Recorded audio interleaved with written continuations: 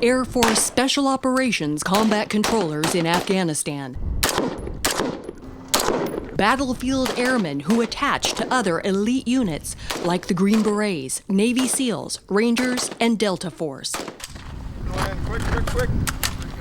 I would embed with these commandos. I need to come down again, though, huh? Yeah. It began at an air base in Germany, hitchhiking aboard an Air Force cargo plane carrying needed equipment downrange. Empty caskets. Yes, that's me in my sleeping bag next to one. It was a long flight. At Kandahar Airfield, War is a very dirty business. And British coalition partner, Harrier Fighter Squadron Commander Andy Lewis tells me these special operations combat controllers I'll cover are crucial. The relationship between the controller and the pilot is essential. They're very, very powerful people in theatre because they wield a lot of firepower.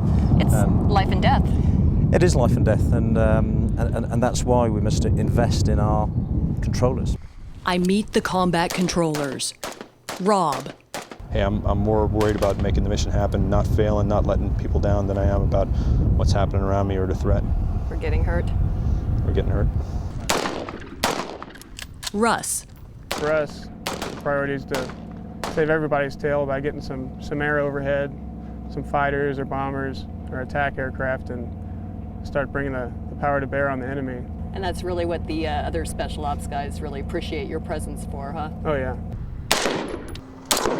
And Dusty. The operations, the missions that we go on are extremely serious. It's no joke. This mission outside the wire is to prevent civilian casualties and preserve life, or VITA, according to the gunner. They'll also take insurgent life if necessary.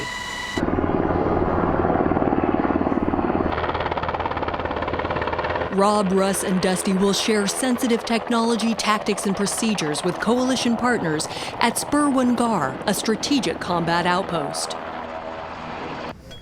What's the advertised? And the Canadian artillery unit there shares howitzer lessons for our safety.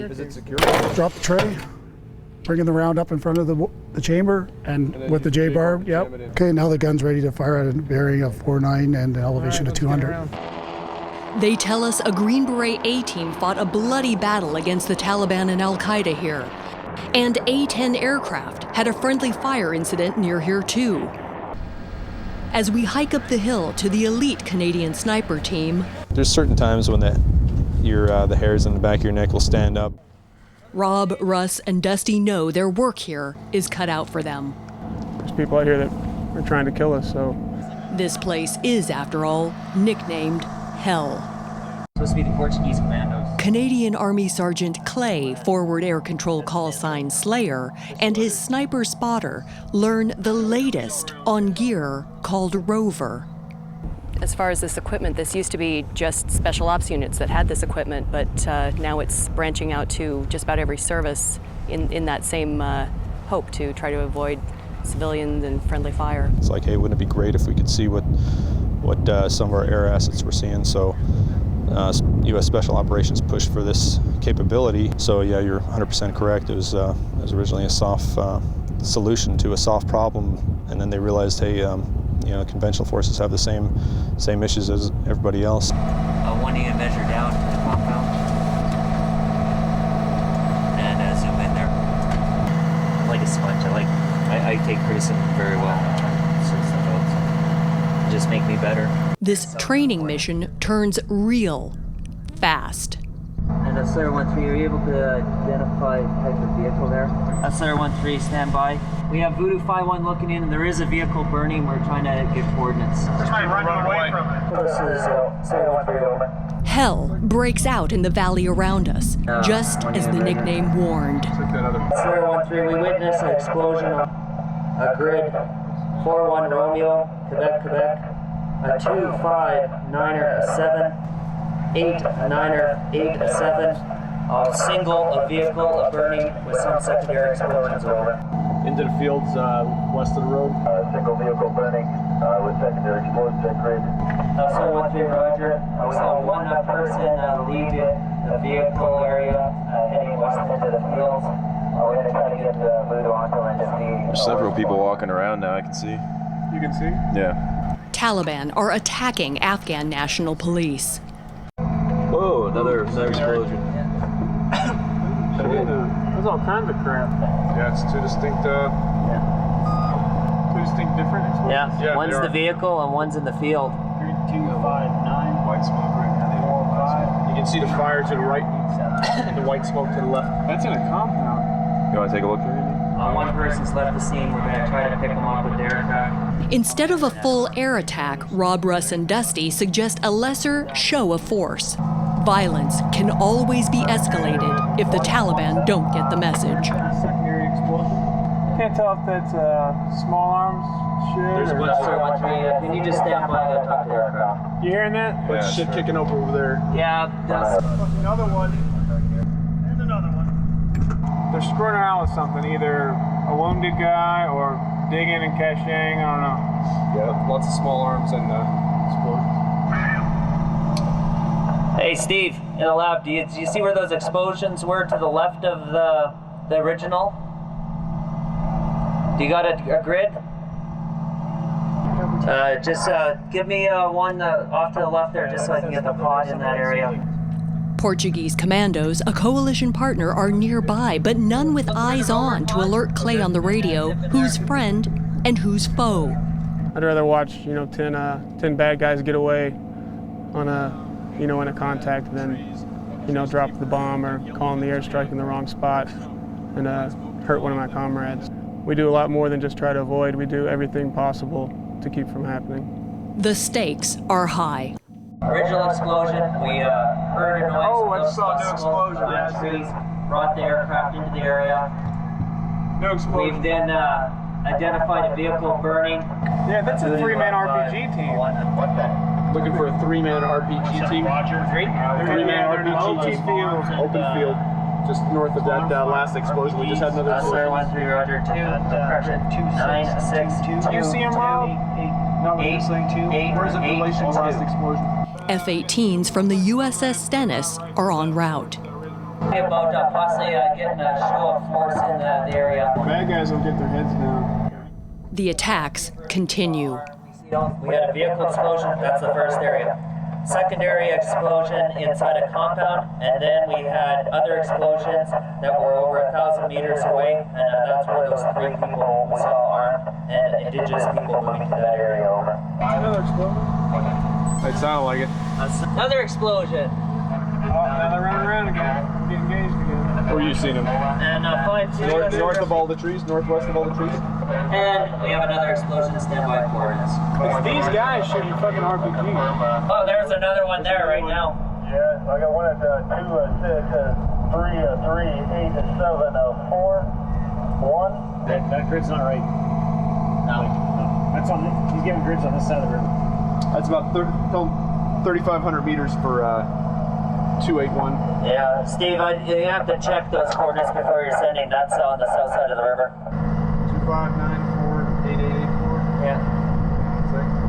That guy's either dead. Now there's like 5 Joes all around. See the low ground? Yeah. On the other side of the river? Yeah, it's on the other side of the river. Another one. Yeah, right in that same area. And Slayer 1-3 in the area we're looking, if you zoom out, we just saw about 2 more explosions. I got guys with rifles and shit too down there. One guy's down, someone's fucking out of Lomac. You guys have seen this before? Yeah, let me see. Yeah, Russ was looking at it. There's 3 guys. One guy's. Yeah, that gap in the wall. Yeah. Looks like there's a guy laying on the ground there. Yeah, and then I see 3 guys run right to the left. I'm gonna go. Alright. Slayer 1-3, Roger. We're going to try to get some coordinates so you see some people with weapons running around in the explosion. One vehicle blowing up, a compound blew up, and then about 1,000 meters away from that to the southwest, 4 explosions and just another explosion right now. Let's go with 314. So we've had about a dozen explosions. It's awesome, having a good time. I bet the asshole we saw walking away from it was a bad guy's going to look for a survivor or something. Another explosion. Another one. Straight Right ahead. ahead of you.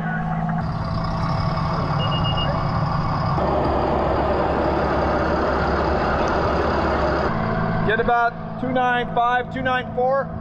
Thereabouts. Yeah. Thunderbolt. Oh, sweet. F-18 fighter jets arrive. This is a show of force, buzzing the insurgents, popping flares instead of dropping bombs. Their message received. The Taliban scatter. Holy Christ. You guys should come around more often. The next day, controller advising in a light armored vehicle turns real again. 200 Taliban operating out of his own field. Warned him of an ambush. The last tick in this AO. Tick means troops in contact, word of 200 Taliban, ambush, and ground fire in the same area around us. 013, like you attacked from the south to the north. While keeping an eye on the action, the Special Operations Combat Controllers continue their real-world training mission with Clay. Now from the right edge, the southern edge, 1 finger's width to the right, you see a smaller one, looks just like it. Okay, oriented the same way. That's your target. You're receiving, one? Yeah, receiving sniper fire from it. Simulate it. I think this might be it right here. Let's have a look. That's 013, Roger. Just so you know that I don't have a very good visual on the target area. Tell them snipers on the roof, so we want the airburst. And I can see the wall that's just to the south of that. Yeah, there's a wall to the south and a road to the. You probably don't want people to be thinking that it's the Americans coming in to help or save the Canadians or the other coalition teams as far as, with this new equipment or... What we're doing is we're bringing them a capability to help them out and also to sit down with guys like Clay, exchanging some ideas on how we tackle close air support. So it's definitely not the Americans coming in to bail out ISAF. ISAF is the International Security Assistance Force. If we have something that our allies don't have, help them out as much as possible, make their job easier because they're going through the same problems we are as far as being overloaded, task saturated, and having a pretty complex task when it comes to dropping bombs with friendlies around. These guys are awesome. The knowledge that they bring to the table, being air controllers for as many years, it's great. Like the information that I get from them, I can pass on to others. I know how to pack that and do everything with it. Yeah, and it's simple. 2x8 A10s at 1400 vocal. With transmit capability? Yeah, should be. You're the man. For U.S. Special Operations Combat Controllers Rob, Russ, and Dusty, this coalition partner mission accomplished. Sometimes the times get tough, and it's good to see a little character get pulled out of you when you challenge yourself. If it was too stressful, you're probably not the right person for the job. Alex Quade, Spurwin Gar, Afghanistan.